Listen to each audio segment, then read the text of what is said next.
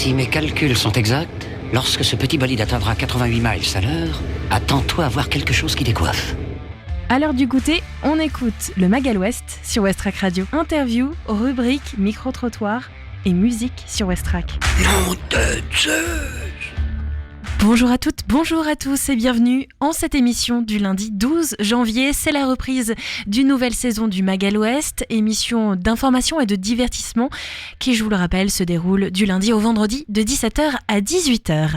Alors pour bien commencer cette année, on recevra Michel au micro. Michel qui est cuisinier à La Fontaine Fleurie et qui est l'invité tous les lundis du Magal West pour nous parler de recettes, parfois plutôt pour le budget, qui fait du bien au porte-monnaie, et puis parfois qui fait aussi du bien à la santé. Aujourd'hui, on parlera du chou-fleur. C'est le retour de l'émission, et donc c'est aussi le retour du partenariat Ferrarock de la semaine. 2 partenariats cette semaine, et on commence avec Gros Cœur. Je vous propose de découvrir leur nouvel album, et 2 titres. Ce sera Montréal et Contrecorps. Du côté des reportages, Mani nous parle du SEM avec la projection du doc Habibi, chanson pour mes amis. Qu'est-ce que c'est ? Eh bien, réponse dans cette émission. On fera aussi le tour de la météo et bien sûr de notre agenda événements. Bienvenue à vous.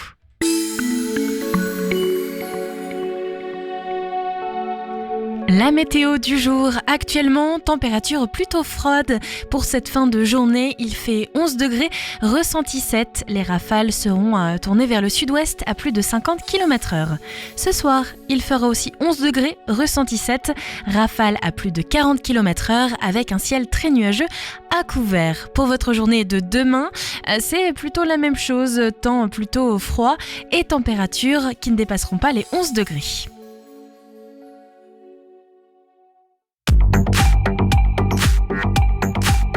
Les infos locales sur Westrack. Le Flash. Bonjour à tous. Voici les informations locales de ce lundi 12 janvier 2026. Le Havre, nouveau pôle d'échographie, une offre élargie pour réduire les délais de rendez-vous.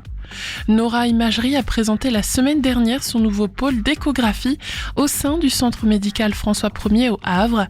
La collaboration de manipulateurs spécialisés avec les radiologues permet au groupe privé d'élargir ses créneaux de rendez-vous dans l'optique de réduire les délais d'attente. 2 infirmières du Havre se lancent dans la Twing Red 2026 pour une aventure humanitaire. Infirmières au Havre, Jessica Bourguignol et Estelle Lamy prendront le départ du Twing Raid 2026 en février prochain. À bord d'une Twingo, elles s'engagent dans un raid humanitaire solidaire jusqu'au Maroc. Le Havre, un nouveau restaurant japonais a ouvert dans le quartier Danton. Dans le quartier Danton, Sushi Nigiri vient d'ouvrir. Avec une capacité limitée à une 12aine de places assises, ce nouveau restaurant mise principalement sur la vente à emporter et la livraison. Qui veut être à la tête d'un restaurant épicerie ? Manneville-la-Goupil cherche preneur. Cette commune de 1000 habitants, située entre Fécamp et Le Havre, loue un de ses locaux pour en faire un restaurant épicerie, un futur établissement qui cherche un patron.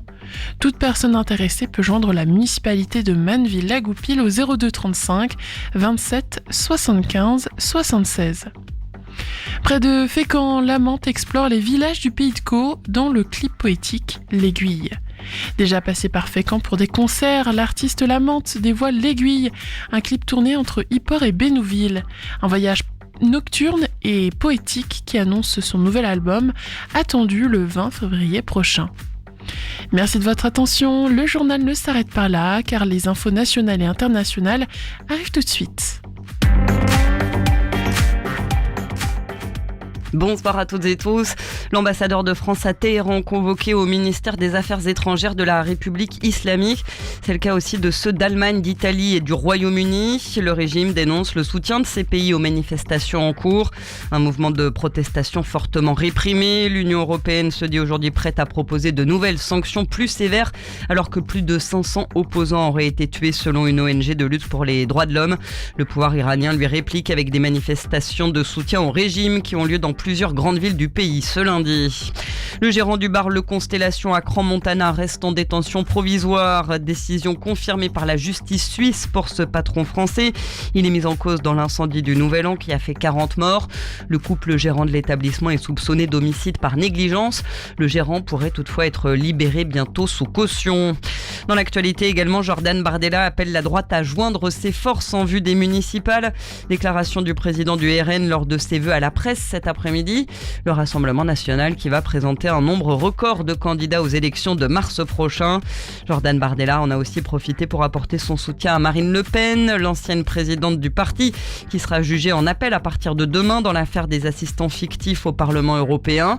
Elle indique qu'elle essaiera d'être présente à l'audience. Ce second procès doit durer jusqu'au 11 février. Le Louvre est resté fermé aujourd'hui. Deuxième journée de fermeture pour le musée parisien, touché par un mouvement de grève depuis un mois. La grève votée de nouveau en assemblée générale ce matin. Les agents du Louvre demandent notamment de meilleures conditions de travail. Et puis il salue un mec très attachant, entier.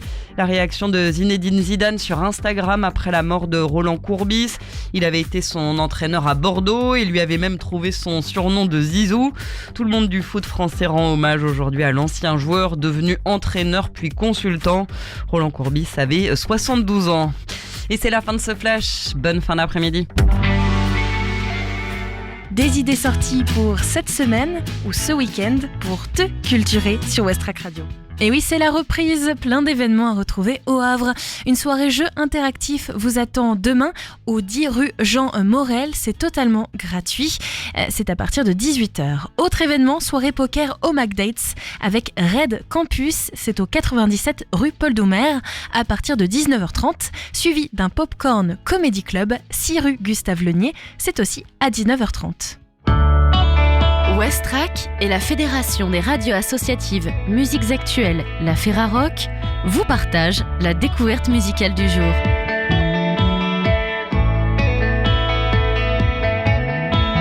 Comme une vague scélérate, surgit au large, imprévisible et spectaculaire, Gros Cœur déboule avec un deuxième album à la puissance cinématographique. Après une odyssée de 150 concerts entre l'Europe, l'Amérique du Nord et la Grande-Bretagne, et des passages remarqués dans des festivals comme Roadburn, Levitation ou Left of the Dial, le quatuor belge canalise ses élans psychédéliques dans Vague Scélérate, un disque ample et habité qui justifie pleinement qu'on s'attarde aujourd'hui sur le groupe. Ce nouvel album est la découverte musicale Ferrarock de la semaine.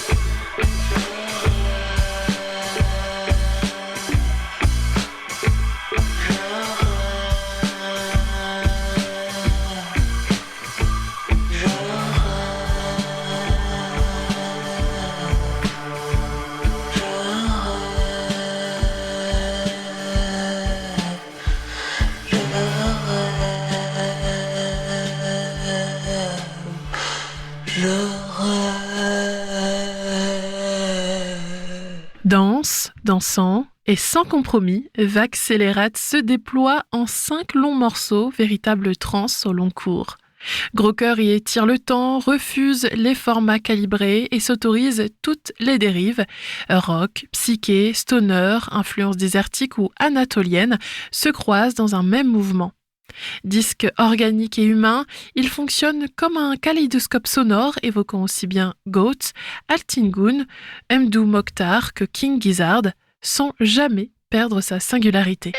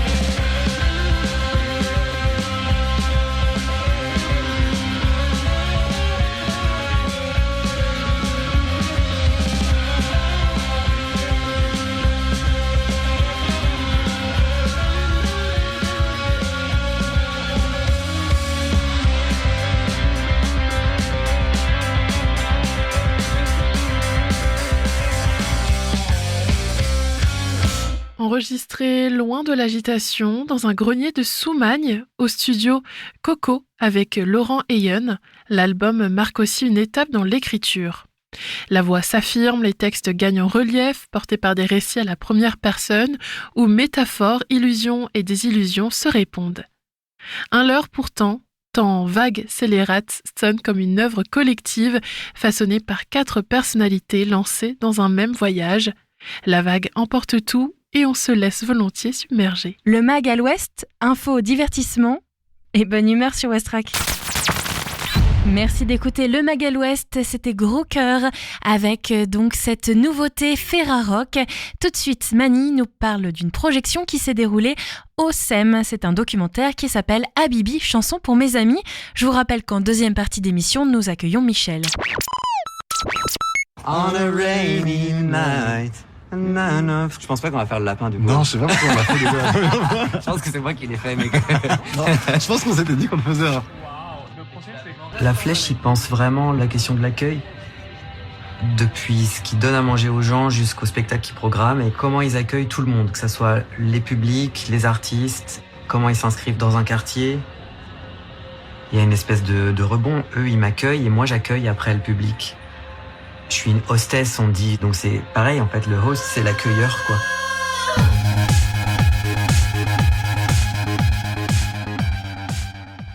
Un soir de novembre, le SEM accueillait une séance documentaire dans le cadre du mois du film documentaire. Habibi, chanson pour mes amis, un film de Florent Goëlou. Un documentaire qui nous amène à Paris, dans le 20e arrondissement, à la Flèche d'Or. Un lieu associatif et culturel, militant, où se croisent concerts, cantines solidaires et soirées drague. Depuis 2021, chaque mois, les soirées Habibi y transforment le cinéma en terrain de jeu, de lutte et de fête. Habibi, chanson pour mes amis, suit la préparation du dernier cabaret de la saison. 5 artistes drague, Javel Habibi, Kiara Bolt, Ruby on the Nail, Sarah Forever et Tuna Mess. Des répétitions collectives à la fabrication des costumes, le film documente autant un travail artistique qu'un engagement commun. Au fil du film, un parallèle se dessine entre la troupe et la Flèche d'Or elle-même, entre les artistes et les bénévoles. La même question traverse tout le monde. Comment accueillir ? Comment faire collectif ? Comment laisser une place ? Au SEM, après la projection, la salle reste pleine. Le film se prolonge dans un échange avec le public. Les questions fusent, précises, parfois intimes. Florent Goëlou répond, calmement, sans esquive. Le documentaire devient alors ce qu'il raconte déjà, un espace de parole partagée. Habibi, chanson pour mes amis, ne cherche pas à expliquer le drague. Il le montre au travail, comme un geste artistique, politique et profondément joyeux. Un bouquet final engagé, festif et collectif. L'empêcher de se noyer, au fond toi la garder, petite sœur traqueuse de l'air de ton air amoureux. C'est magnifique. Un petit poulpe. Bonsoir, déjà je tenais à vous remercier pour ce magnifique film. Voilà, j'adore votre liberté d'expression, vos amis. Et je voulais savoir comment est-ce qu'au montage vous avez choisi la forme de faire intervenir des moments du spectacle. Pourquoi avoir fait par exemple toute la préparation puis le show en fait, comment vous avez choisi ce découpage-là de montage? Merci. Au début, donc c'est le même monteur qui s'appelle Louis Richard qui a monté 3 nuits par semaine la fiction dont je vous parlais. Donc là, on s'est retrouvés pour ce film-là. On a passé 3 mois ensemble, tous les jours côte à côte. Donc il y a aussi, là je digresse, mais ce plaisir-là du montage, de passer du temps avec les images qu'on a tournées, avec les personnes qu'on a filmées, qui est assez savoureux puisque pour les personnes ça dure 18 jours et pour nous ça dure 3 mois derrière. Donc il y avait 70 heures de rush, donc on pouvait faire plein de films différents. Et on a commencé par monter une version chronologique où on parlait du drag, on suivait les répétitions et à la fin il y avait le show. Je me disais que ça serait un bon climax d'avoir toute cette promesse. Et en fait ça marchait pas parce que ça devenait très théorique. On parlait du drag sans vraiment voir les interprètes performer. Et c'est là qu'on s'est dit il faut absolument se permettre de faire des sauts dans le temps. Parce que comme ça, ce dont on parle s'incarne, on le ressent, et puis après on parle d'autre chose, et on peut faire un va-et-vient, et la séquence, je pense, une fois cette version chronologique construite, où on s'est dit que ça n'allait pas, on a commencé à jouer en fait avec les séquences. Et donc très vite, on a exploré une grammaire avec la séquence de Sarah qui parle, apparaît en sirène, revient dans le discours, et puis ça nous permet de faire des ellipses dans sa perf. Et donc c'est un peu cette séquence-là qui a été le type d'écriture qu'on a abordé ensuite. Ça a ouvert toute une écriture sur le montage. Et après, il y a eu une version de 3 heures du film, et donc l'enjeu, ça a été de faire des choix et réduire. Et moi, ce que j'aime bien, du coup, c'est que quand enfin arrive le show, vous l'avez déjà vu. Donc j'ai plus besoin de vous le montrer, et on peut se concentrer sur des choses qu'on n'a pas vues, qui sont Tuna qui colle sa mèche, enfin vraiment ce que vous voyez à la toute fin, la caméra en loge. Je voulais savoir comment ça se passait avec du coup les artistes drag, parce que du coup comme vous êtes proches, ça a dû être un peu bizarre le tournage, non? Vous étiez pas trop intimidés ou... Moi, intimidé par elle ou elle intimidée par la caméra? Surtout elle intimidée par la caméra. Je pense que le film, il a vraiment bénéficié de notre lien. Et ça, je ne l'avais pas compris avant de le faire. Mais je pense que si j'avais été une personne nouvelle dans leur vie et qu'il fallait gagner leur confiance, ça aurait pas pris 18 jours, ça aurait pris beaucoup plus de temps. Donc c'était vraiment un film qui était possible de l'intérieur, même avec les personnes de la Flèche, avec les cuisiniers, avec tous les bénévoles. C'est aussi parce qu'on cohabitait depuis 2 ans que je pouvais soudain revenir avec une équipe, quoi. Donc non, elles n'ont pas été impressionnées. Ça a créé parfois des choses complexes. Quand on tourne, Sarah est en plein dans la diffusion de Drag Race. Ruby n'a pas encore fait l'émission à ce moment-là, donc ça n'existe pas pour nous.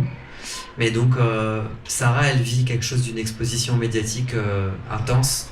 Donc comment moi j'arrive avec ma caméra pour lui demander d'être encore filmée, ça a été complexe. Donc c'est pour ça d'ailleurs qu'il y a les séquences où je la filme dans les buts de Chaumont, dans le jardin. Parce que c'est une manière de lui donner le signal que je veux pas intruser son intimité, donc que moi ça me va si elle me parle de travail sans être dans son salon, quoi. Donc ça a plus été ça, les questions de comment apprivoiser les limites de chacune, mais il n'y a pas eu de difficulté plus que ça. Moi je voulais savoir pourquoi la Flèche d'Or, pourquoi ce cabaret-là, pas un autre? J'imagine qu'il y en a plusieurs autres à Paris, peut-être plein d'autres. Pourquoi celui-là? Parce que ça fait partie de ma vie depuis 5 ans, tous les mois, et que je me disais, quand on tourne ça, c'est la fin de la 2e saison. Là, c'est la 5e saison cette année. Quand arrive le désir de film, je me dis, on ne sait pas combien de temps va durer ce projet. C'est un projet fragile, associatif, qui compte beaucoup sur ses bénévoles.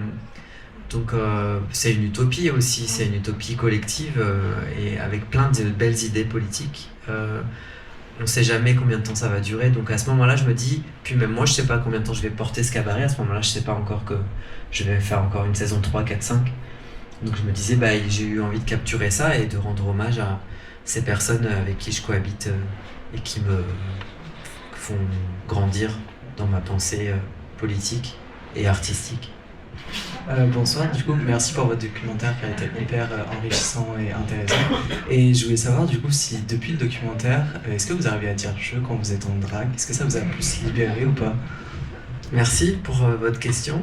En fait, je dis toujours je quand je suis en drague. C'est comme ce que dit Chiara, on dit elle, puis une fois qu'on s'est transformé, ça y est, c'est un elle qui devient je. Donc c'est toujours bizarre, même Ruby dit elle alors qu'elle dit non, c'est pas une autre, c'est moi. Donc il y a quand même un truc de quand on n'est pas dans l'état de corps, l'état physique de notre drague, ça va rester soi, pas tout à fait soi. Donc moi je disais toujours je même quand j'étais en drague, mais c'est vrai que le film il m'a aidé à réunir quelque chose et la discussion avec Sarah, c'est vraiment un moment où, comme ça peut arriver dans la vie, un ami vous ouvre une perspective inattendue et vous comprenez rien. Et puis après, en y réfléchissant, ça y est, ça infuse.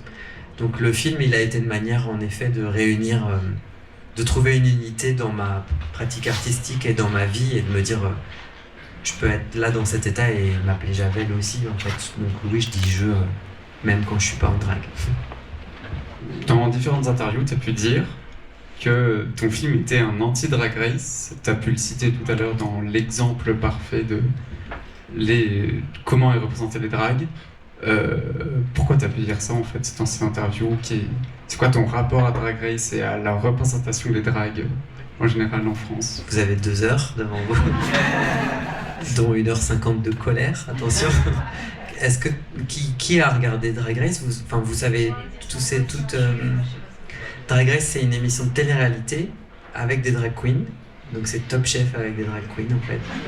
L'idée c'est de prouver que chacune est la meilleure dans tous les domaines, ce qui est le cas pour personne en fait. Donc c'est un peu un concours impossible.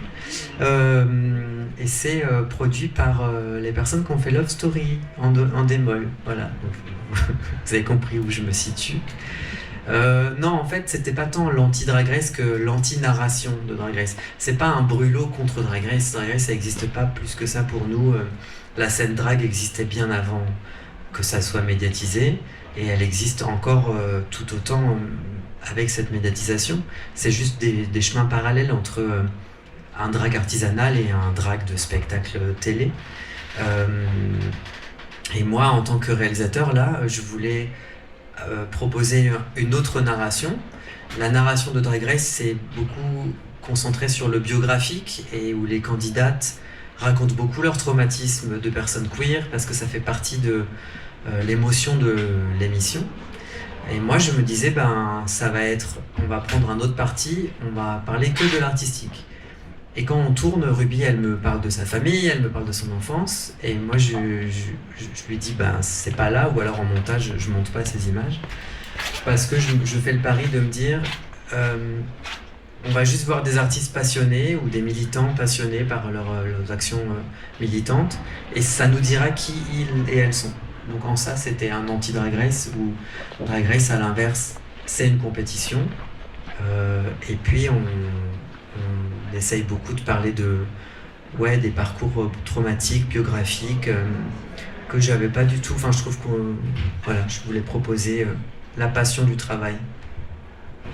Pas besoin de micro, ça va aller. Je vous remercie déjà, c'était un film très intéressant dans lequel on voit beaucoup de scènes de maquillage. En fait, j'ai une question, elle va peut-être vous paraître un petit peu stupide, mais bon, il n'y a pas de question stupide comme on dit. Comment on apprend à se maquiller en fait? La première fois que vous vous êtes maquillé, vous étiez avec quelqu'un, mais c'est tellement minutieux, c'est tellement particulier. Moi, c'était particulier la première fois parce que c'était pour un film. J'ai vraiment créé, j'avais la Bivi pour un court-métrage d'abord, comme j'étais acteur avant d'être réalisateur. Donc on m'a maquillé la première fois. Donc j'ai eu ce phénomène de voir soudain apparaître le visage sans savoir comment ça se fabriquait, quoi. Et d'ailleurs la maquilleuse, c'est une personne drague qui a mis 6 heures pour me maquiller. C'était beaucoup trop. Et après, il a fallu tourner la journée, donc voilà.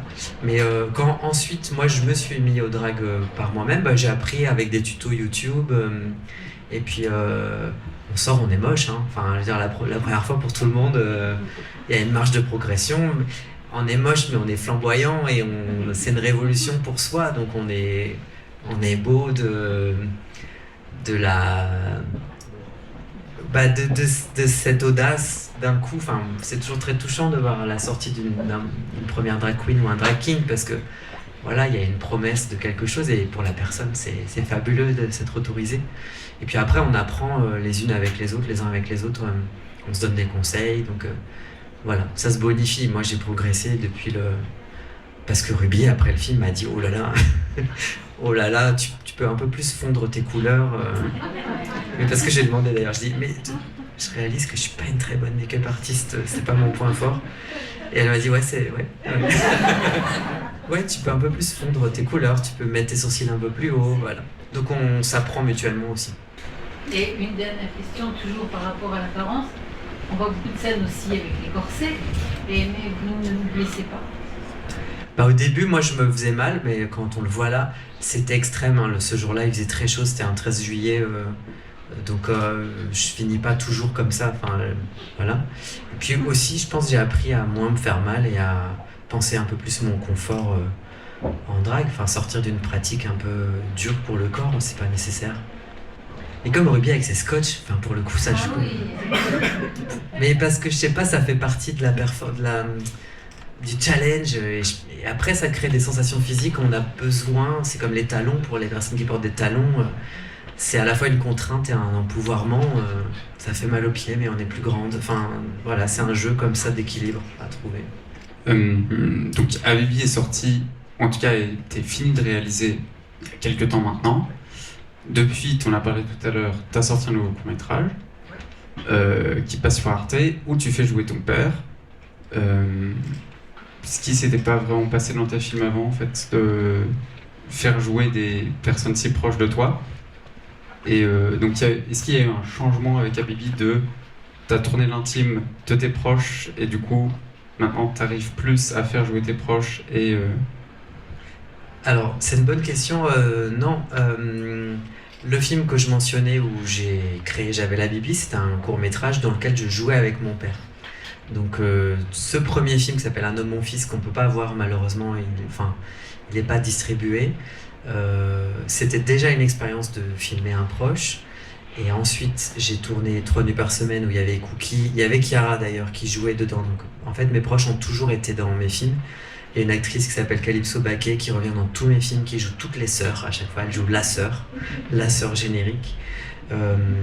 Donc après, le documentaire, c'est plutôt à l'inverse, un événement dans ma filmographie parce que je me dis, je vais arrêter de filmer mes proches sous des personnages, je vais vraiment filmer mes copines et mes copains littéralement sans filtre.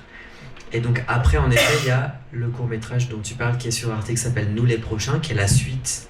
Je sais pas si c'est clair, je vous parle de films que vous avez peut-être pas vu, mais qui est la suite de ce tout premier film dans lequel je joue avec mon père et avec la sœur, Calypso, et avec Chiara, qui joue un thanatopracteur, donc on est vraiment ailleurs, dans d'autres histoires, mais avec les mêmes personnes.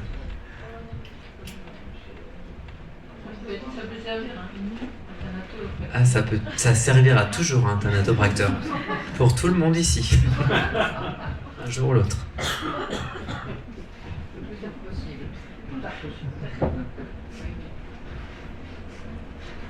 Si vous voulez, vous pouvez échanger plus amplement avec Florent, qui se joindra à nous pour un verre offert par le SEM, très gracieusement.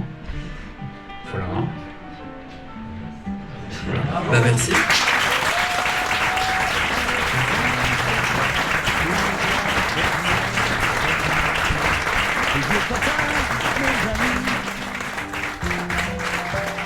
Et je vais sans pudeur déshabiller mon cœur, dire ce qu'on ne s'est jamais dit.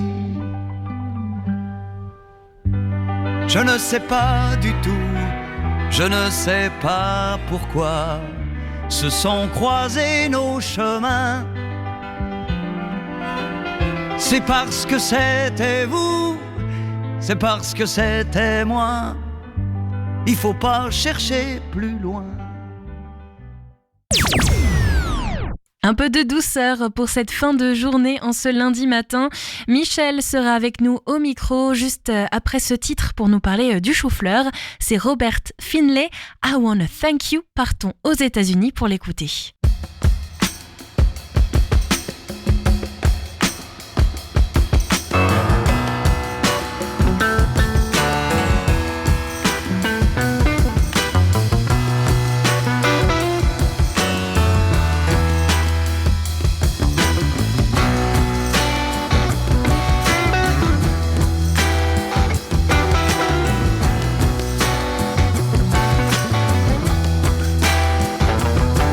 Go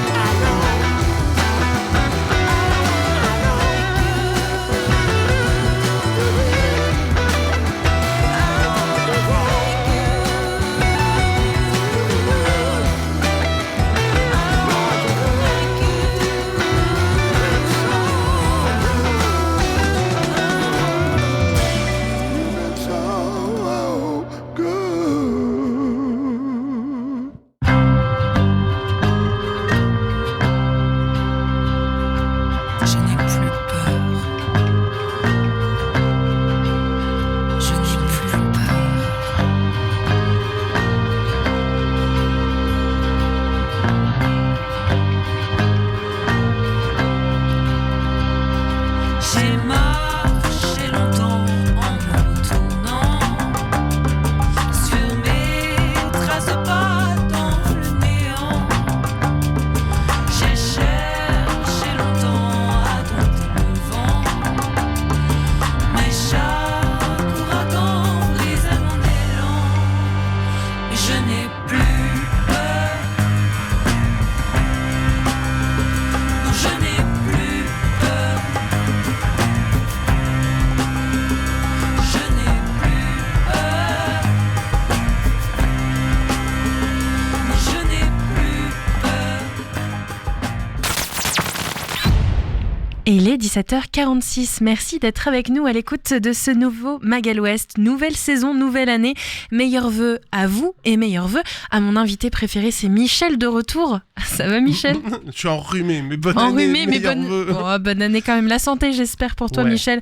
Plein de bonnes choses, plein de beaux projets et puis plein de bonnes recettes parce que Michel, tu es notre cuisinier préféré qui vient tous les lundis. Tu donnes de ton temps pour nous donner tes recettes, tes petits conseils santé et puis budget aussi pour faire du Ouais, bien au on porte-monnaie essaie. un petit peu. On essaie. Et pour cette nouvelle saison, de quoi on va parler aujourd'hui? Chou-fleur. Chou-fleur. Parce ok. que c'est pas cher, c'est de saison, c'est tout doux, c'est. Ça coche toutes les cases. Bon pour la Ouais, santé, voilà. bon pour le C'est- portefeuille, voilà. bon pour le moral. Ok. Et surtout, on peut faire plein de choses. C'est un légume que j'apprécie beaucoup parce que c'est un peu comme la pomme de terre.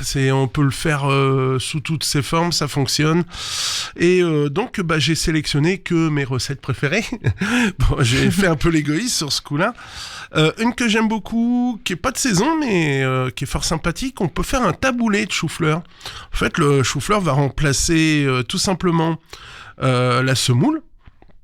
Donc, on va prendre une base, voilà, un chou-fleur, on va le blanchir quand même. C'est-à-dire blanchir, départ au froid, dès que ça bout, on le retire. Ça, c'est pour éliminer les impuretés d'éventuels petits incels qui seraient à l'intérieur, tout simplement.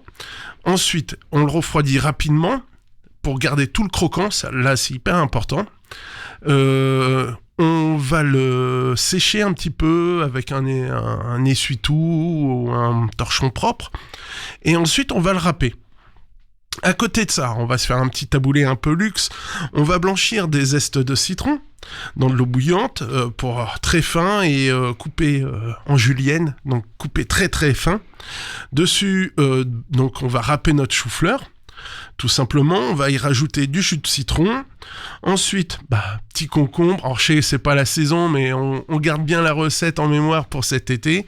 Petit concombre, alors coupé en petits dés ou comme on veut. Des petits dés de tomates. On va y rajouter un peu d'oignon pour donner un peu de peps. Bien sûr, nos zestes de citron qu'on a fait cuire. Sel, poivre, huile d'olive. Et après, jus de citron, moi je suis toujours friand du vinaigre de cidre. Voilà, petit vinaigre de cidre dessus. Les herbes, on peut thym, romarin, voilà, tout simplement.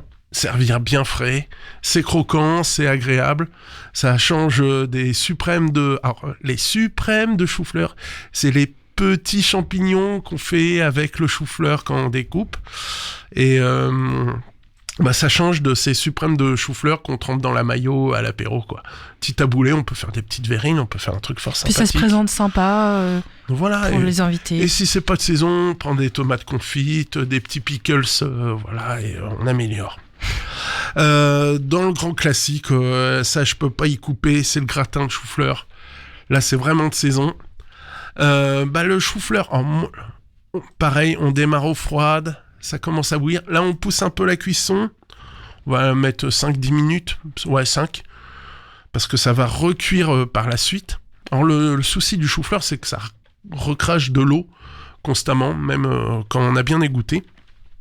Là, on coupe grossièrement notre chou-fleur pour le déposer, pour qu'il puisse aller au fond d'un plat. Mais avant cela, avant de le mettre dans le plat, ce qu'on va faire, c'est une bonne béchamel. Alors, on va faire une mornay, exactement. Ah, qu'est-ce que c'est? Qu'est-ce qu'une mornay? Une mornay, on va faire une béchamel. Alors, on va la faire un peu épaisse Pourquoi ? Parce que, comme je le disais, le chou-fleur recrache de l'eau à la cuisson. Donc, il faut qu'on ait quand même une consistance. Donc, on va partir plutôt sur 50 grammes, voire 60 grammes de beurre et 60 grammes de farine au démarrage pour faire notre béchamel. Alors moi, j'avoue, je suis toujours sur des quantités astronomiques. Là, on part pour 1 litre de lait. Parce que c'est les quantités pour un cuisinier. Donc on adapte à la maison. C'est, pour un gros chou-fleur, on peut y aller, un peu de béchamel. On fait notre roux, on fait fondre le beurre, on rajoute notre farine, on laisse cuire 1 ou 2 minutes, que ça mousse un peu. Là, on rajoute notre lait froid, comme ça, le mélange se fait parfaitement. Sel, poivre, un peu de muscade, c'est pas obligatoire. Moi, je suis pas très fan de la muscade, mais c'est une question de goût. Et pour transformer cette béchamel en mornay, on va y rajouter un petit peu de piment de Cayenne et de l'emmental râpé. Voilà, c'est une mornay, c'est une béchamel dans laquelle on a rajouté du fromage et du piment. Je note, voilà, dans mon lexique de cuisine. On met un peu de cette sauce mornay au fond du plat, on met notre chou-fleur, on remet un petit peu de sauce mornay, un petit peu d'emmental râpé sur le dessus, mais très très peu, parce qu'il y en a déjà dans la béchamel. Tout ça juste pour que ça gratine bien au four. Et une petite cuisson, 1 demi-heure, 3/4 d'heure au four, et voilà. Petit gratin de chou-fleur. Ça suffit à lui-même, hein. Je pense que ça peut faire un plat pour nos amis végés. Moi, j'aime bien, si on veut vraiment ramener encore de la protéine, des petits œufs mollets posés dessus. Le truc sympa. Pareil, dans le chose très revigorante en cette saison, des beignets de chou-fleur. Alors là, on va dans le mal, hein. Là, c'est vraiment dans le gras. Chou-fleur, des œufs, de la farine, un peu de lait, curry, si on veut pimper un peu la recette, du sel, du poivre, et bien sûr de l'huile de friture. Alors moi, j'ai fait des essais à la maison. De l'huile de tournesol, ça fonctionne très très bien. Sur des petites quantités, il n'y a pas besoin. Si on veut assurer le coup, l'huile de pépins de raisin, ça tient très bien à la cuisson. Et comment on va faire tout ça ? On va détailler notre chou-fleur en bouquets, voilà, les fameux suprêmes. C'est pour ça que je parlais de fleurs. Cauliflower, je crois, le nom en anglais, merci. Voilà.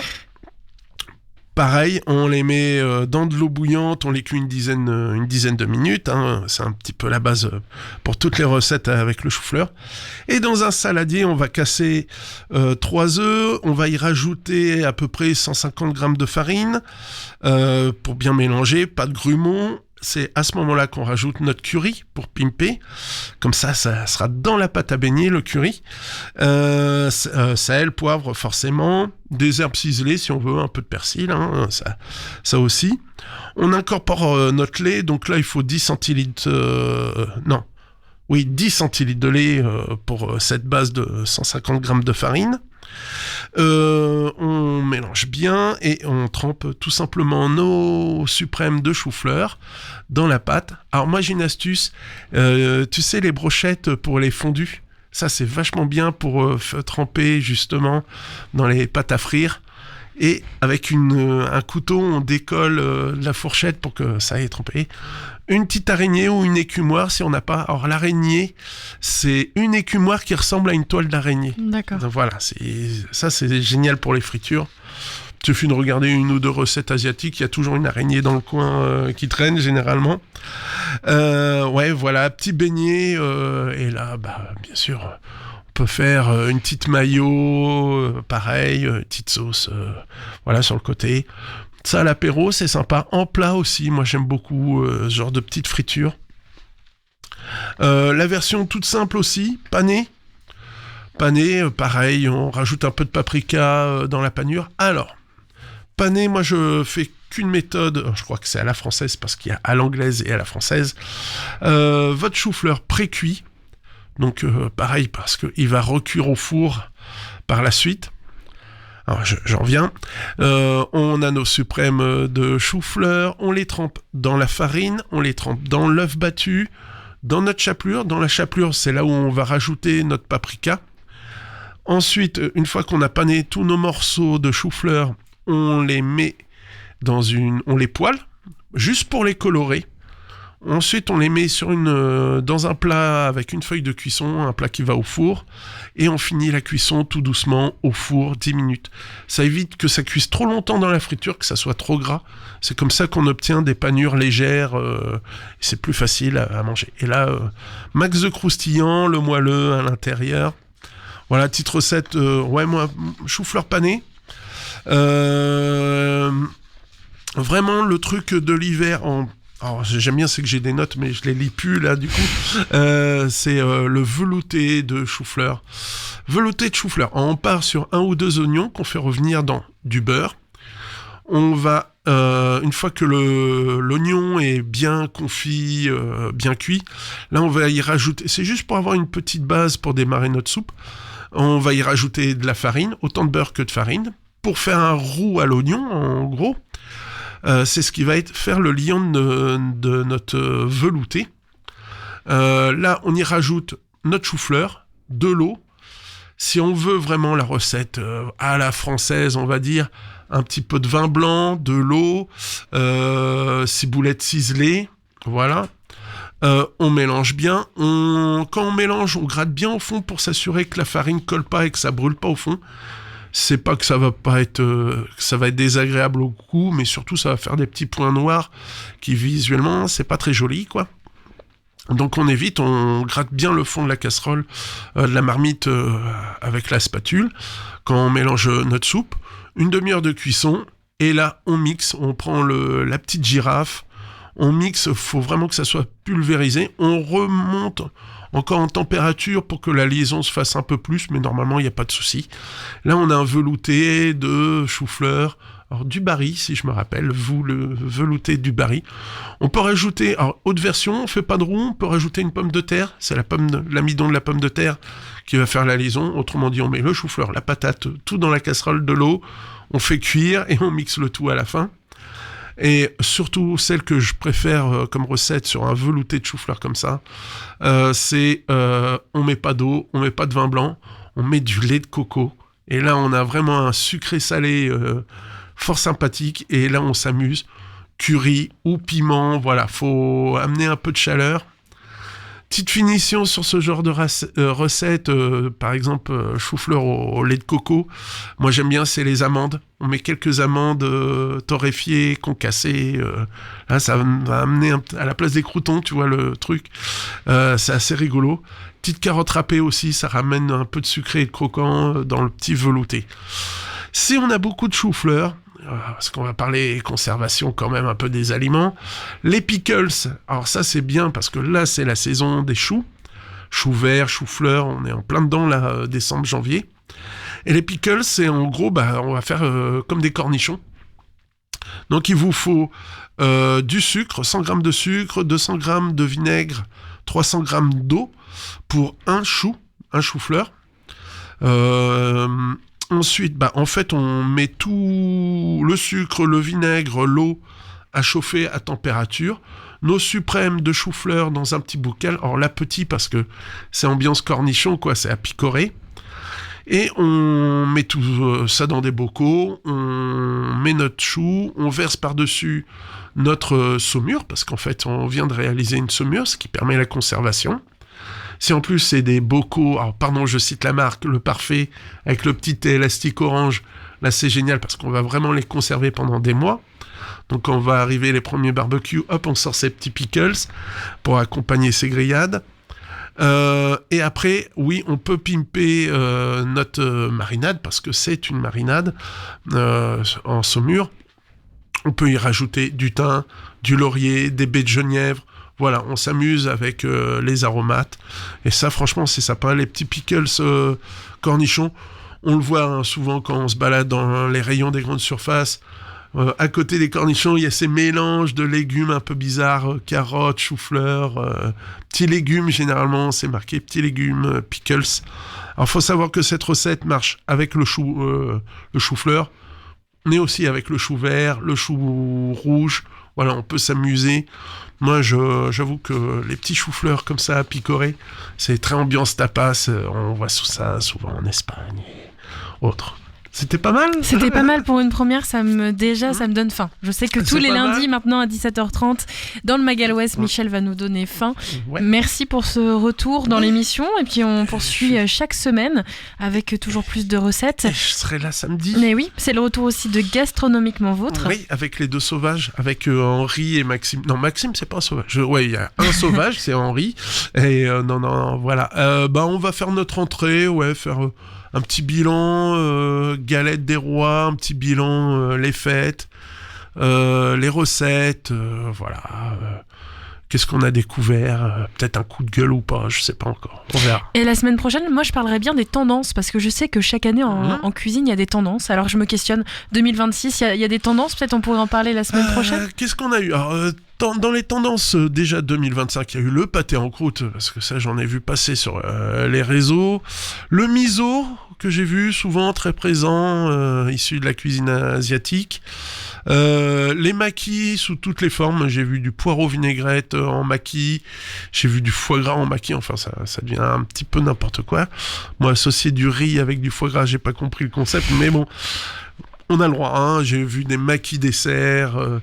Les tendances 2026, non, j'ai pas trop vu encore. Je pense on sort des fêtes, les chefs respirent un petit peu souvent au mois de janvier. Peut-être un peu tôt.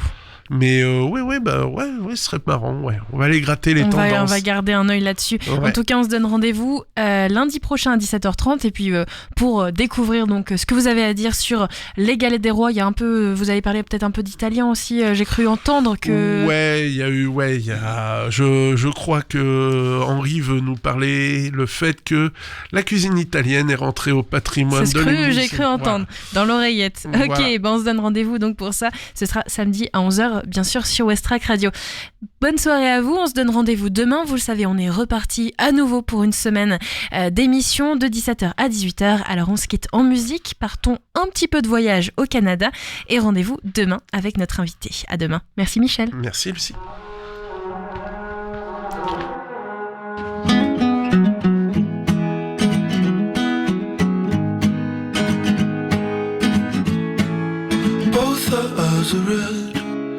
You're high and I'm crying. You're trying to forget, but it hits me every time. You pray next to me, the right hand holds your left sleeve, turning our heads gently, cause when it ends we fight.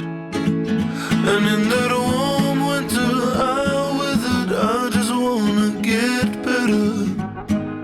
I'll be what you like.